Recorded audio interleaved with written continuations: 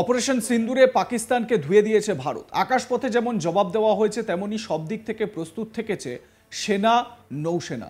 আপাতত যুদ্ধবিরতি হলেও পাকিস্তানের উপরে কড়া নজর রাখছে ভারত। এই পরিস্থিতিতে বড় বার্তা দিলেন এয়ার মার্শাল AK ভারতী। তিনি বলেছেন, আমাদের সমস্ত সামরিক ঘাঁটি, আমাদের সমস্ত ব্যবস্থা সম্পূর্ণরূপে কার্যকর রয়েছে এবং প্রয়োজনে ভবিষ্যতে যে কোনো অভিযান পরিচালনার জন্য আমরা প্রস্তুত। এবার আপনাদের শোনাই director general of air force operations air marshal AK Bharti কি বলেছেন প্রেস ব্রিফিংয়ে। And emphatically state that all our military bases, all our systems continue to remain fully operational and ready to undertake any future missions should the need so arise. বায়ুসেনার air marshal AK Bharati আরো জানান, পাকিস্তানের যুদ্ধ বিমানকে ভারতের বর্ডারের ভিতরে ঢুকতে বাধা দেওয়া হয়েছে। আমাদের বেশ কিছু বিমান আমরা নামিয়ে দিয়েছি, মানে পাকিস্তানের বেশ কিছু বিমান নামিয়ে দেওয়া হয়েছে। আমার কাছে সংখ্যাটা রয়েছে এবং এখন সেগুলির প্রযুক্তিগত বিস্তারিত তথ্য সংগ্রহ করা হচ্ছে, তাই এখনই সেই সংখ্যাটা আমরা দিচ্ছি না। আপনাদের শোনাবো DGAO এ বিষয়ে কি বলেছেন, শুনুন।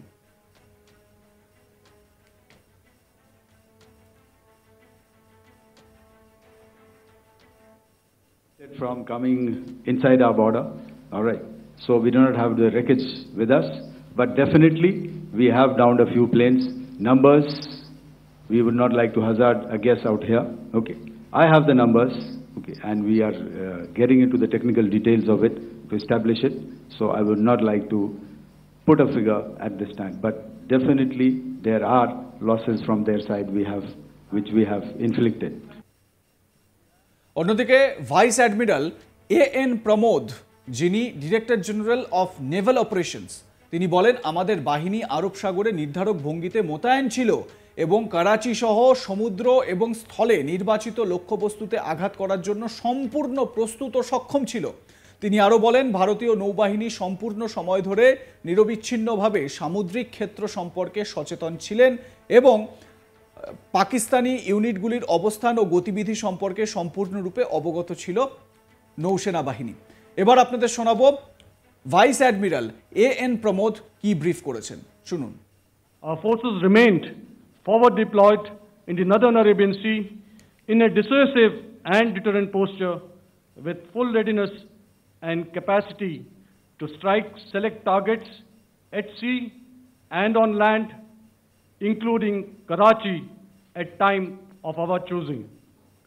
The forward deployment of the Indian Navy compelled Pakistani naval and air units to be in a defensive posture, mostly inside harbors or very close to the coast, which we monitored continuously. The Indian Navy maintained seamless maritime domain awareness throughout the duration and was entirely aware of the location and movement of Pakistani units. In effect, we had and continue to have good battle space transparency using our maritime domain awareness grid.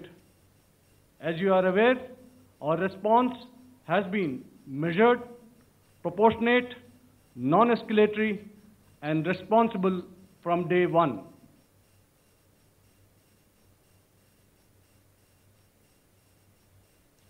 এছাড়া lieutenant general, যিনি DGMO director general of military operations Rajeev Ghai বলেন, গত কয়েক বছরে সন্ত্রাসী কার্যকলাপের ধরন বদলে গেছে। নিরীহ বেসামরিক নাগরিকদের উপর আক্রমণ করা হচ্ছে। পহেলগামে পাক জিহাদির পাপের ঘড়া পূর্ণ হয়েছে। ভারত পাকিস্তানের মধ্যেকার পরিস্থিতি নিয়ে চর্চা অব্যাহত। ভারতীয় সেনা স্পষ্ট করে দিয়েছে তারা তৈরি আছে। পাকিস্তান আর কোনো বাড়াবাড়ি করলে কড়া জবাব দেওয়া হবে। তার মাঝেই ইঙ্গিতপূর্ণ জবাব দিয়েছেন লেফটেন্যান্ট জেনারেল রাজীব ঘাই। তিনি বলেন, গত কয়েক বছরে সন্ত্রাসী কার্যকলাপের ধরন বদলে গেছে। নিরীহ বেসামরিক নাগরিকদের উপর আক্রমণ করা হচ্ছে। পহেলগামে পাক জিহাদির পাপের ঘড়া পূর্ণ হয়েছে। Lieutenant general DGMO director general of military operations Rajiv Ghai की जानिয়েছেন শোনাবো আপনাদের। मैंने आपको कल बताया था कि पिछले कुछ सालों में आतंक की गतिविधियों का कैरेक्टर जो है उसमें कुछ बदलाव आ रहा था। अब हमारी मिलिट्री के साथ साथ मासूम सिविलियंस जो कि अपना बचाव करने में विफल थे, उन पर भी हमले हो रहे थे।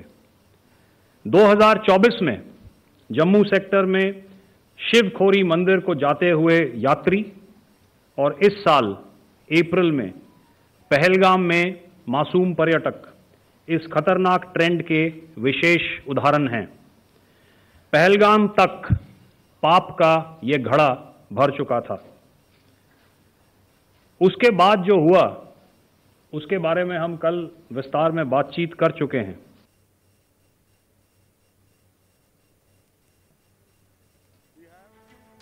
ডিজিএমও রাজীব ঘাই আরো বলেন, আমাদের এয়ারফিল্ড ও লজিস্টিক্স টার্গেট করা অতটা সহজ নয়।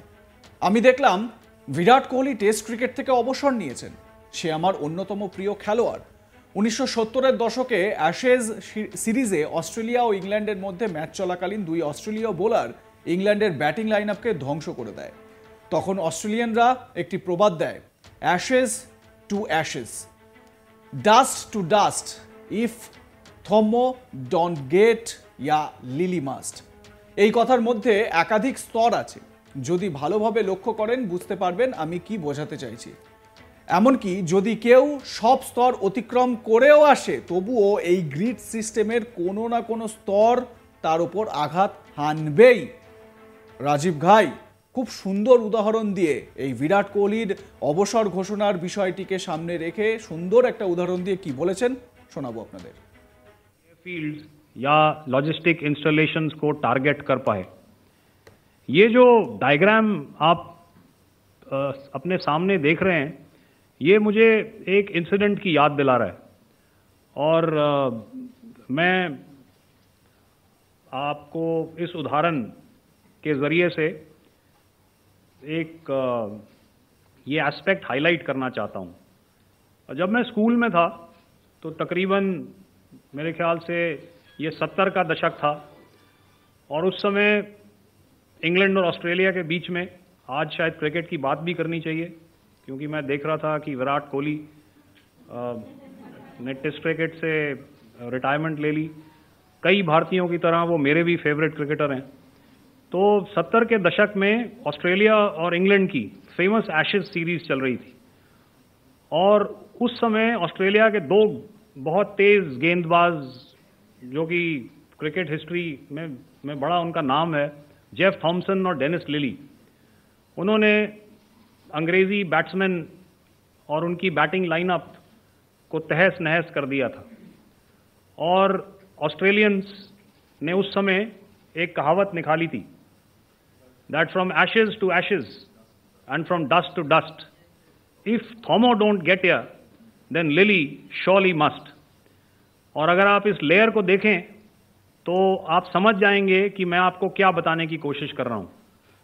तो अगर आप सारे सिस्टम्स को पार कर भी गए तो आपको फिर भी एयरफील्ड या लॉजिस्टिक इंस्टॉलेशन या जो भी चीज़ को आप टारगेट कर रहे हैं उसमें पहुंचने से पहले कोई ना कोई इस लेयर्ड ग्रिड का सिस्टम ज़रूर गिरा देगा। লাইক কমেন্ট শেয়ার করতে ভুলবেন না। দেখতে থাকুন আজ তাক বাংলা। সাবস্ক্রাইব করুন আমাদের ইউটিউব চ্যানেলটি, বেল আইকন প্রেস করুন নোটিফিকেশন পেতে।